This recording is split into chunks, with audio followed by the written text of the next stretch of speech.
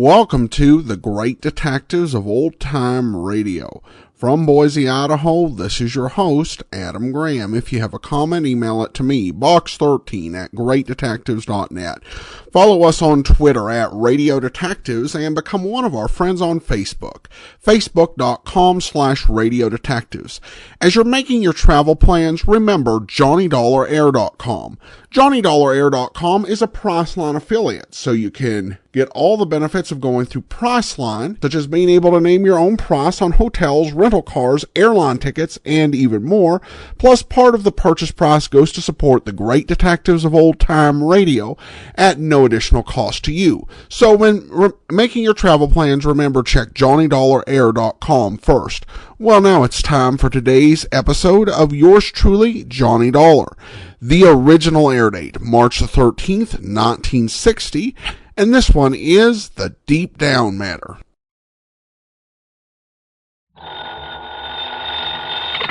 Johnny Dollar. How are you, Ralph? Well, at the moment, not too happy. One of our clients, a pretty important one, is a man named Bertram Haskell. He owns a small copper mine up near Houghton, Michigan. Where's that? Up in the Keweenaw Peninsula, where it sticks out in the middle of Lake Superior. So what's happened to Bertram Haskell? Nothing. It's one of his colleagues, a man by the name of Oliver, Ben Oliver. Well, what's happened to him? Ben Oliver's been murdered. I see. Haskell demands that you be sent up there to find out who did it. Why? What's the matter with the police? I don't know. All I know is that he wants you up there, now, right away. Well, as long as you're going to pay the freight. Of course. Because we don't dare take a chance of losing Haskell's considerable insurance business. In other words, Johnny, it's because of Haskell rather than the small policy on Ben Oliver. Oh, he was insured too? 15,000 straight life. Who's the beneficiary? His wife, but that's beside the point. Is it? The point is to satisfy Bertram Haskell, and thereby keep his account. Okay, Ralph, I'll see what I can do for you. Johnny. Yeah? That's pretty rough country up there. So? The same thing may apply to some of the people you'll run into. Especially the killer, huh? Yeah, so be careful, Johnny. Sure.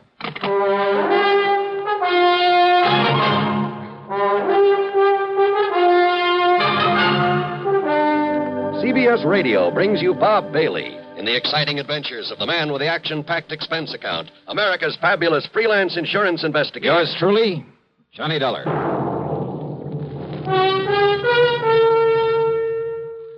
Munch, munch, munch a bunch of Fritos corn chips. And listen, since Fritos corn chips are fresh as spring itself, well, it seemed appropriate to give you a springtime gift. So Fritos have attached a free package of flower seeds on their large bags as their salute to spring. Now, there's nothing for you to mail in. Just buy a large bag of Fritos. And there, right on the bag, is your free package of flower seeds. They're the finest seeds you could get anywhere. Genuine burpee seeds. And there are 3 varieties. Beautiful zinnias, snapdragons, or petunias. Get yours while they last. Free flower seeds on the large bags of Fritos corn chips. Munch, munch, munch a bunch of Fritos corn chips. It's not polite to smack your lips, but you can't help it with Fritos corn chips. Munch, munch, munch a bunch of Fritos corn chips. And now, Act 1 of yours truly, Johnny Dollar.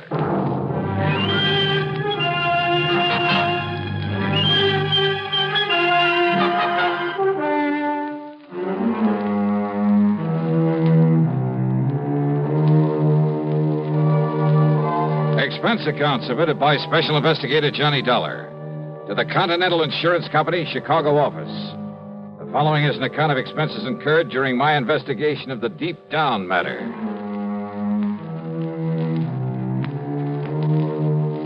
Expense account item 16185 for a plane to Chicago, then a flight to Houghton, Michigan, far up on the Keweenaw Peninsula. It was mid-afternoon when I climbed off the plane and spent item 2, $50 deposit on a rental car.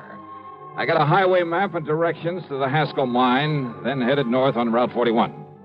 Along the way, I passed all sorts and sizes of workings, including the famous Quincy mine. It's supposed to have the largest hoist in the world. At the little town of Phoenix, I turned south and east on the side road that obviously was used for a lot of heavy trucking, and I finally arrived at the camp. I guess you'd call it that, surrounding the Haskell mine. There were 7 or 8 weather-beaten frame houses, A large barracks-like building, one fairly nice-looking brick home, a service building, tool shed, and garages. Bang in the middle of everything was a big hole in the ground. Above it, a hoist, looking somewhat like a heavy wooden oil derrick with a big wheel on top of it. A group of men stood around wearing shock helmets. As for finding the office, well, all I really had to do was follow the sound of what happened to be Mr. Haskell's booming voice. Idiot. Having any respect for the dead? You try moving Mrs. Oliver out of that house of hers, and I'll break your neck. But don't you understand about Don't you realize that Ben Oliver had more to do with the success of this mine than anybody else, than even I had? Well, sure, I know. Oh, get on over there and apologize to her. You need some new quarters, and some of those new men get hold of some carpenters and build them. Now go on, get over there and apologize to her. Well, who are you? What do you want? Mr. Haskell? That's right. Well? My name is Dollar. Dollar? Johnny Dollar? That's right. Well, why didn't you say so? I'm glad you got here, Dollar. You've got to clear this thing up. See that justice is done. Now, come in. Come into the office so I can tell you what's happened around here. Yeah, sure. Believe me, I won't sleep. I won't rest until whoever... Well, sit down. Thanks. Dollar, Ben Oliver and I have been working over this country together for years. Ben's brains and my money. Ben picked the spot for this mine. So I understand. Dollar, I've made and I'm still making a fortune out of it, in spite of the fact it's a small operation. And Ben Oliver? Yeah, Ben. I tried for years to make him my partner so that he could fully share in this thing. But he wouldn't have it. Pure scientist, Ben was. No real interest in money. So the best I could do was promise him a fat royalty for the rest of his life. But I never dreamed his life would come to an end so soon. What happened, Mr. Haskell? He was murdered down in the third sub-level of the mine in a stope we discontinued working for a while because of some exploration he was doing in it. And you've no idea who or why, Mr. Haskell? If I or the police could find any possible reason for Ben's being killed, we might be able to pin it on one of them, the man who did it. You say... But as it is, we haven't even reason to lock up those men who could have done it. You say the man. Well, under the circumstances, it had to be one of the miners. One of the 6 who were on their way down the shaft in one of the ore cars. And yet... Well? I said under the circumstances. But under the circumstances, not one of those 6 could have done it without the knowledge of the others. Well, now, how do you mean that? A single, carefully aimed shot, Dollar, from some distance away, 15, 20 feet. Yeah? Struck him in the back, went directly into his heart. Just one shot, but it must have been carefully aimed. But... Well, go on. That shot was made in utter and complete darkness. Oh, now, wait a minute. I know. Impossible. Utterly impossible. But that's the way it happened.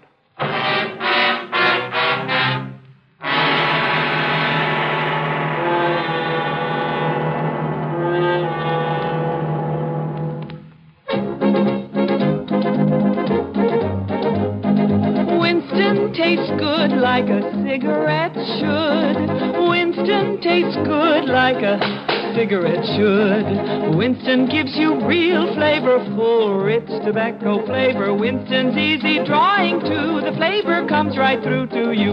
Winston tastes good like a cigarette should. A modern filter? Sure, Winston has it. But that's only the beginning of a Winston. Up front, up where it really counts, Winston packs exclusive filter blend. Light, flavorful tobaccos, specially selected and specially processed for filter smoking. Filter blend. That's why it's fun to smoke Winston, America's best-selling filter cigarette. Winston tastes good like a cigarette should. And now, Act 2 of yours truly, Johnny Dollar and the Deep Down Matter.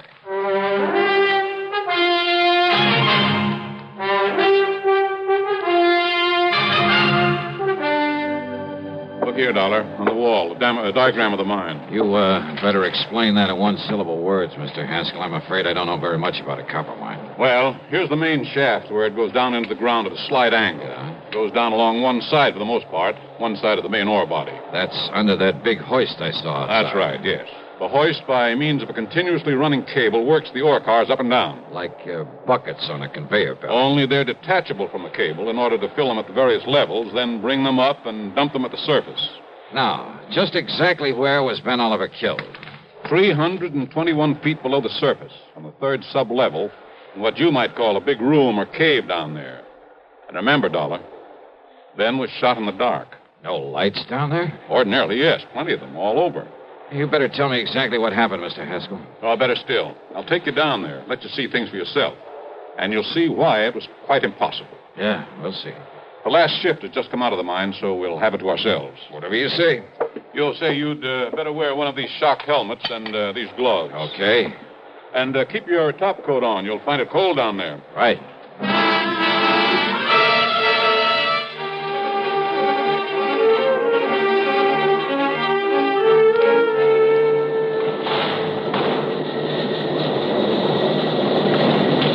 Riding that ore car down into the bowels of the earth was something I won't very soon forget. It jerked and shook and shuddered its way down the narrow tracks. The noise was deafening, and there was something eerie, something frightening about it as we plunged on downward. Picture yourself aboard a slow-moving, noisy roller coaster going almost straight down into utter blackness, and you'll have some idea of what I mean. Blackness, that is, except for the various levels we passed.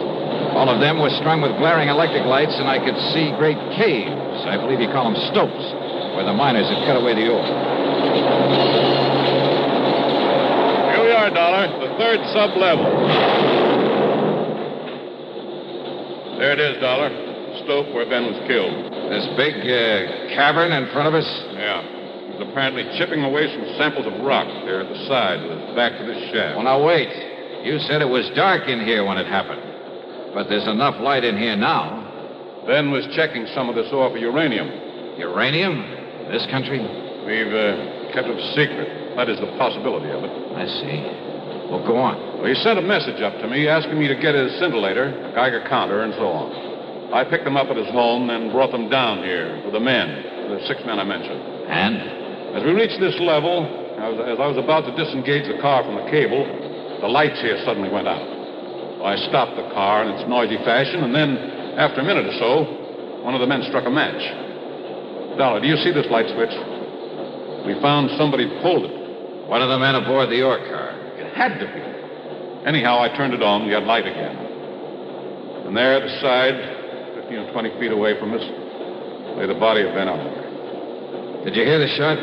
Above the noise of stopping the car? What's more, Well, did anyone see the muzzle flash? No. You see, the weapon was a powerful air gun, a pistol of foreign make. We later found it at the bottom of the shaft. Fingerprints? No. The men were all wearing heavy leather gloves. Well, did any of them actually see Oliver here before the lights were cut off? I saw him. And it all happened in the few seconds between the time the lights went out, you stopped the ore car, and put them on again. In total darkness, one of those men was able to fire accurately, the shot that killed him. No sign of a flashlight, anything like that. No. And I see what you mean about it being impossible. Nevertheless, it was done. And by one of the men aboard the car. And that's why I sent for you, Dollar, in the hope that you somehow can bring the killer to justice. Well? Well, from here, Mr. Haskell, it looks like you've handed me a pretty large order. Act 3 of yours truly, Johnny Dollar, in just a moment. Welcome, recording star Mel Torme. It's terrible trying to sing with a bad cold. So I always take 4-way cold tablets to relieve cold miseries fast. Good idea. Tests of all the leading cold tablets proved 4-way fastest acting. 4-way starts in minutes to relieve muscular pains, headache, reduce fever, calm upset stomach, also overcomes irregularity. When you catch cold, try my way. Take 4-way cold tablets. The fast way to relieve cold distress and feel better quickly. 4-way, only 29 cents. Now a word about another fine product of Grove Laboratories. To get rid of embarrassing dandruff in 3 minutes, change to Fitch Dandruff Remover Shampoo. 3 minutes with Fitch regularly is guaranteed to keep unsightly dandruff away forever. Apply Fitch before wetting hair. Rub in 1 minute. Add water, lather 1 minute. Then rinse 1 minute. Every trace of dandruff goes down the drain. 3 minutes with Fitch and embarrassing dandruff's gone. At the same time, Fitch can brighten hair up to 35%. Get Fitch Dandruff Remover Shampoo today. And now, Act 3 of yours truly, Johnny Dollar. I told Haskell I'd take on the case only if he'd let no one know why I was there at his copper mine. I parked my bags in the guest room of his house, apparently lived alone there. During dinner, he told me more about Ben, about their close relationship, about Oliver's hope of finding enough good uranium ore to make the mining of it practical. However, in spite of his optimism, Dollar, I'm afraid it was all just wishful thinking on Ben's part. Well, certainly worth some further exploration, though, isn't it, Mr. Haskell? I doubt it. But we'll see. The important thing now is to find his killer. Do you feel the police were thorough enough in their investigation, in their questioning of the men aboard that ore car? Those men all swore they loved Ben. There's nobody can prove otherwise. Even I can't prove otherwise, even to myself. You say the air gun was a foreign make? Yes, that any one of them could have got hold of. There's a big foreign population in this area. So I understand. But unless the police can find out where it came from, to which of those 6 men it was sold, it's impossible, I'm afraid. And how to explain that shot in the dark that so unerringly found its mark? Yeah, I've been doing a lot of thinking about that. And maybe I've come up with a couple of ideas. Oh? Well, good. I hope so. Where are the 6 men? I told you. Beyond a general suspicion, simply because they were there, the police have had no reason to hold them. You'll find them in the bunkhouse, all of them. Then maybe I'd better have a talk with them. Oh, by all means, do. And if you're able to break one of them down... Let's, wait and see.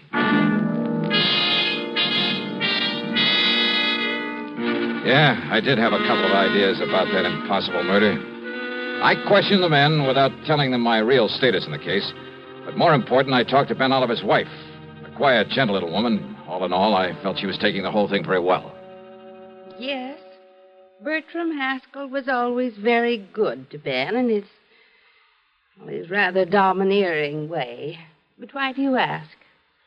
Well, it's good to know what kind of a man I'll be working for, if I take the job. Just be sure you look out for yourself. That you get full credit for any discoveries you made. Well, now, that doesn't quite tie in with what you just finished saying about Mr. Haskell, does it? Ben was so unselfish, self-effacing, so easy to take advantage of. Oh, no, I shouldn't talk that way. You sound as though you don't quite trust Mr. Haskell. Please, I didn't mean that at all. I see. I understand your husband thought there might be uranium in this unlikely spot. He was sure of it, Mr. Dollar. He told you so? I typed out his report to Mr. Haskell. Oh? Do you remember what he said in it? Only that he was certain it had great commercial possibilities and that he... Only that he what, Mrs. Oliver? No, it isn't nice the way I'm thinking. The way I was thinking then, so let's not talk about it. Well, look, this job, Mrs. Oliver, do you realize that it might mean a great deal to me? That if there's some reason why I shouldn't take it, well, isn't it only fair that you tell me? All right. You seem like a nice young man, so I'll tell you this. Yes? In the report, I made Ben say that he felt he should share in the uranium profits, the way he was not able to share in the money from the copper he discovered. I see. Thank you. Your husband had various instruments for detecting uranium, didn't he? Yes, I'll show them to you. Oh, good. They're here in the closet. The things Mr. Haskell was taking down to him the day that he... Yeah, I see. Geiger counter. And I guess this thing is a scintillator. Yes. And this? Oh, it's some kind of a special light, I think. Black light? Yes, that's what he called it. Sure. And it activates certain... And here are the shoes he was wearing. A nice warm jacket. Wait a minute. Yes? This black light. This thing is still working, and it is. Look, Mrs. Oliver. Why, yes. Isn't that strange, the glow it makes on his... What is it? Oh, Mrs. Oliver, I believe it's the solution to a murder. I borrowed the scintillator, the counter, the lamp, and I put on the jacket he'd worn that day. Put it on underneath my topcoat. I went back to Haskell's home and told him I had a theory about how one of the men aboard that ore car could have aimed so accurately in the darkness of the mine, but that I'd like to check it out down underground. He didn't quite understand what it was all about, but he agreed to go down there with me again. Anything, he said, to help find the killer of his old friend. Pull the light switch, Dollar? Yeah, that's right. Put out the lights so everything will be as it was the moment Ben Oliver was shot. Whatever you say. Let me set down this detecting equipment for a moment. Sure. Now, off with the lights, huh? Very well. Now, look, I'm going to feel my way to the spot where Oliver was working. And it should be right about here. Well? I'm taking off my top coat, Mr. Haskell. Oh, fine. Because under it, I put on the jacket that Ben was wearing when he was killed. I see. Now, in a second or two, I'll turn around so the back of this jacket will be facing you so that you can see it. See it? How? You'll see the spot in the middle of the back that was dusted with some radioactive material. By you. What are you talking about? Yeah. So that you can see it with the help of that black light.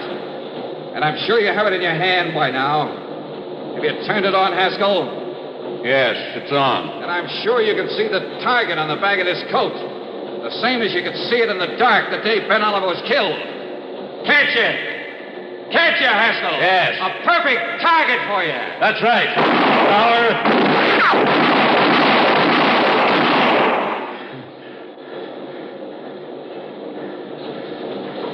All through. What? No. Surely you don't think I stayed in that coat over there? Dollar, listen. Maybe there was uranium down here, huh? You knew there was. And you knew the only way you could keep all of the profits from it was by getting rid of Ben Oliver. All right, but listen, Dollar. Oh, listen. drop dead. And maybe you will, Haskell, if you try anything funny on the way back up to the surface. No. You see, this gun of mine is still loaded.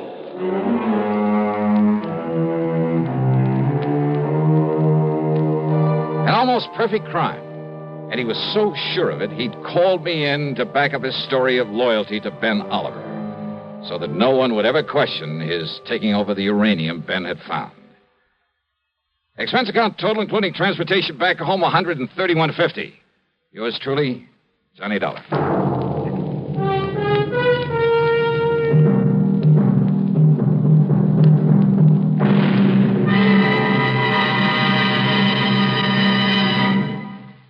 Our star will return in just a moment. Constipation can be a problem for anyone, even doctors. And when constipation occurs, it's interesting to see just what doctors consider important about a laxative they might use or recommend. Well, a majority of the doctors we heard from had this to say. A laxative should be effective, gentle, close to natural acting. A medicine that can be used with complete confidence. Now, X-Lax has been popular with many doctors and millions of people over the years because chocolated X-Lax is effective. Overnight, it helps you toward your normal regularity. X-Lax is so gentle, so close to natural acting, there's no upset. That's why many doctors and millions of people use X-Lax with complete confidence. X-Lax, the laxative that helps you toward your normal regularity, gently. Overnight. Now here is our star to tell you about next week's program. Next week, Denver, Colorado, and a string of supermarket robberies. And what a racket. Join us, won't you? Yours truly, Johnny Dollar.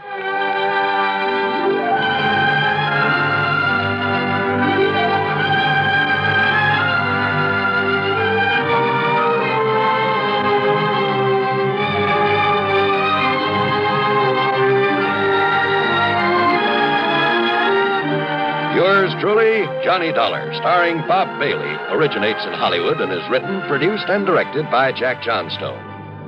Heard in our cast were Virginia Gregg, John Stevenson, and Will Wright. Be sure to join us next week, same time and station, for another exciting story of yours truly, Johnny Dollar.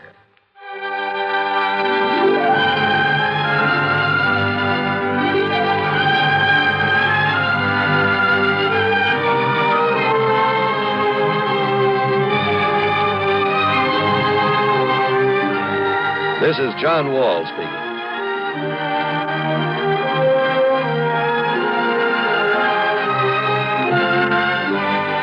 Coming next, another tale calculated to keep you in suspense on the CBS Radio Network.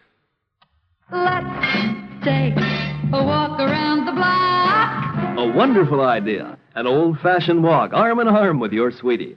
But first, you buy the right car to pick up your best gal. You drive her in style to the right spot for your stroll. Art Need of Armory Garage says, drive right to Armory Garage. Armory, the home of tested used cars and 101-time payment plans, has the lowest prices ever right now. They're Armory's special low winter prices, and Art Need tells you why. Frankly, we'd like to sell you a tested used car right now, before the big spring rush. Pick from the largest stock in Armory's history. Drive it now. Enjoy it now, with no down payment to pay. You don't start paying till May and take up to 36 months. Well, no wonder everybody says if you can't deal with Armory, you just can't deal. Don't make a date for your old-fashioned walk till you make a date with Armory Garage for a tested used car. Central and Colvin Avenue, Albany. WROW, Albany, New York.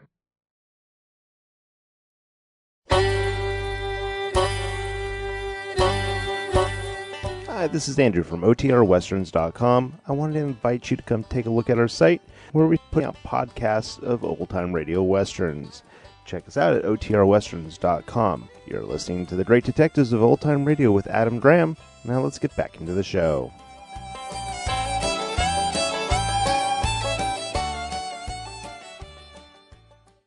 Welcome back. Well, this is one of those perfect murder schemes gone awry. And I think probably one of the big things is that the suspects presented to Johnny had no reason to commit the murder. It's like, well, it must have been one of these guys who had no reason or motive whatsoever. It was just me and these guys who had no reason or motive whatsoever. I mean, that's all it could be, right? Well, of course, Johnny does find the solution, which showed some ingenuity, even though the whole thing could easily have gone horribly wrong pretty early for him. Alright, well, that'll actually be it for this week. Join us back here tomorrow for Dragnet, and then next Friday, another episode of yours truly, Johnny Dollar. In the meanwhile, send your comments to box13 at greatdetectives.net. Follow us on Twitter at Radio Detectives, and become one of our friends on Facebook, facebook.com/Radio Detectives. From Boise, Idaho, this is your host, Adam Graham, signing off.